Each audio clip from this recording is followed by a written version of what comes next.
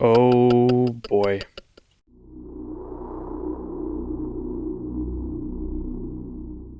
I was really struggling to find a Japanese horror film that I could cover for October, but I eventually stumbled on this movie called Demons or Shura.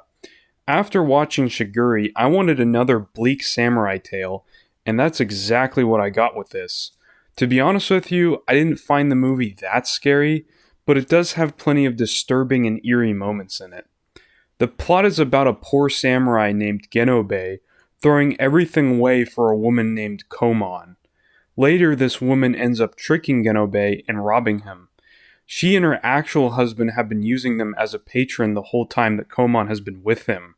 The rest of the film covers Genobe's descent into madness as he seeks revenge. I'm not usually interested in revenge plots, most of them I find incredibly boring and predictable, but I think this one works due to how far Genobe goes to seek vengeance.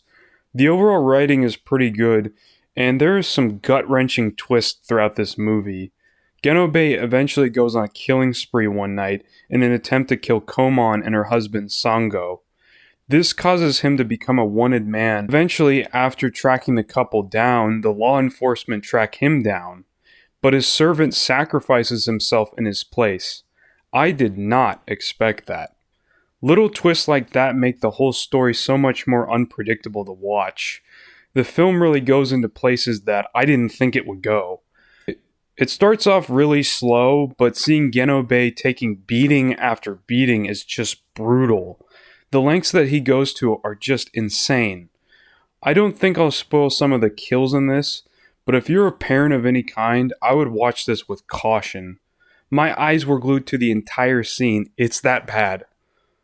I'm left not really sure who to root for in this movie. Most of the main characters are awful people, but Genobe is at least understandable. It's really interesting to see older samurai films that didn't have any contention with showing the evil side of them as well. It's also very violent for a movie being made in the early 70s too.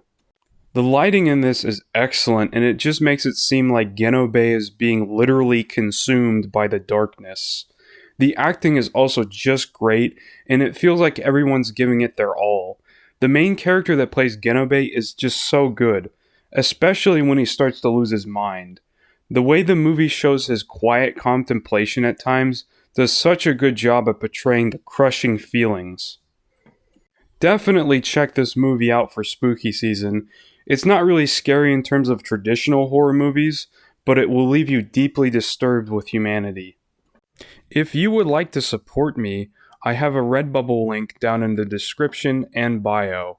Also, I have social media pages on Instagram, Twitter, DeviantArt, Kara, and much more. Thanks for watching.